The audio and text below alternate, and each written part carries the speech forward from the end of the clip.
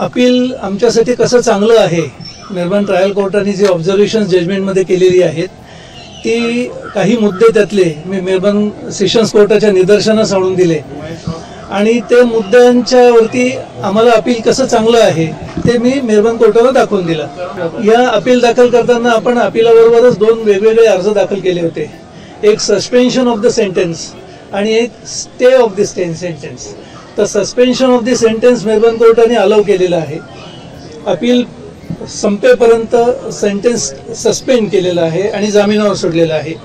परंतु सेंटेन्स जे 2 वर्षाचं ते स्टे करण्यासाठी म्हणून आज मी आर्ग्युमेंट केलं, उद्याला सरकारी वकिलांच्या आर्ग्युमेंटसाठी उद्याला ते ठेवलेलं आहे, त्याच्यावरती इंडिपेंडेंटली उद्या ऑर्डर मेहरबान कोर्ट करेल। डिस्क्वालिफिकेशन जे आहे 2 वर्ष किंवा 2 वर्षापेक्षा जास्त एखाद्या MLA किंवा मेंबर ऑफ पार्लमेंट किंवा लेजिस्लेटिव्ह असेंब्लीच्या मेंबर्सना जर 2 किंवा 2 वर्षापेक्षा जास्त शिक्षा झाली तर ते मेंबर म्हणून डिस्क्वालिफाय ठरतात। तर हे डिस्क्वालिफिकेशनसाठी स्टे ॲप्लिकेशन वेगळं दाखल केलेलं आहे। जर स्टे मिळाला तर ते आत्ता तरी अपील पिरियड संपेपर्यंत किंवा अपील फायनली डिसाईड होईपर्यंत त्यांचं कामकाज चालू राहील। जर स्टे मिळाला तर आणि ती ऑर्डर उद्याला मेहरबान कोर्ट करणार आहे।